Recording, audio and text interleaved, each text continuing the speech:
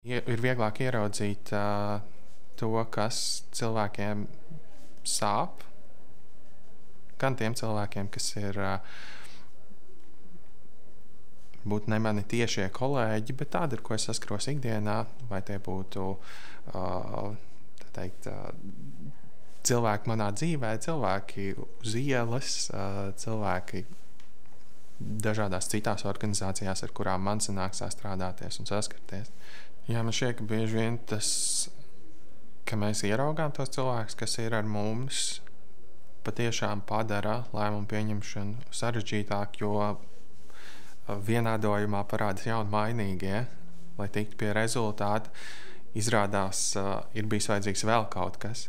Un patiesībā šajā vienādojumā tie mainīgie ir bijuši visu laiku, mēs tikai neesam tos ieraudzījuši, un tad esam brīnījušies, bet kāpēc nav tas rezultāts? Tas rezultāts nav tāpēc, ka ir arī šis cilvēcības faktors, tas, ka ir īsti cilvēki, kuriem ir kaut kāda likme. Piemēram, es esmu ticējis gadiem ilgi, ka es daru pareizi, es esmu cīnījies par to, lai būtu tā, kā ir, bet izrādās, ka varbūt ir bijis vajadzīga kaut kāda jauna perspektīva, kuru es esmu varējis dabūt tikai saziņā, sadarbībā ar citiem īstiem cilvēkiem, kuriem arī ir kaut kas sāp, no kurienes tā perspektīva nāk. Kāpēc mums ir svarīgi, lai mūsu valsti dažādos varas atzaros vēstu cilvēki, kas ir līderi, nevis vienkārši menedžeri?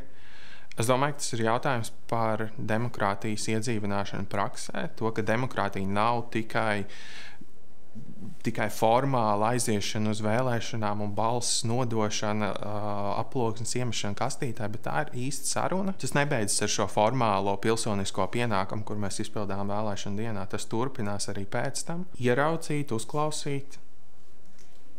Un tas ir ļoti liels izaicinājums, ja šis līderības faktors tajos cilvēkos, kas ved mūsu valsti, nav. Un tas tā var būt, ka viņš nav.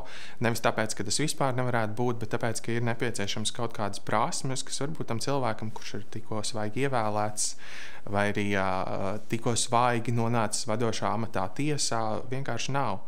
Jo mēs zinām, ka izpildvaru ierēģi, tiesu vara un tiesneši ir cilvēki, kas savos amatos nonāk balstoties uz profesionāliem kritērijiem. Neviens nevērtē uzreiz, vismaz tā izteikti, esi tu līderis vai neesi tu līderis, jo to arī tā nevar novērtēt, jo droši vien jebkurš no viņiem var kļūt par līderi. Tāpēc ir ļoti svarīgi par to runāt un to aktualizēt. Tas ir ļoti svarīgi arī mācību kontekstā, jo visiem šiem cilvēkiem, kas ir nonākuši savā amatā balstoties uz profesionāliem kritērijiem, ir iespēja izvēlēties, kas ir tās papildus zināšanas un prasmes, kuras es gribu gūt.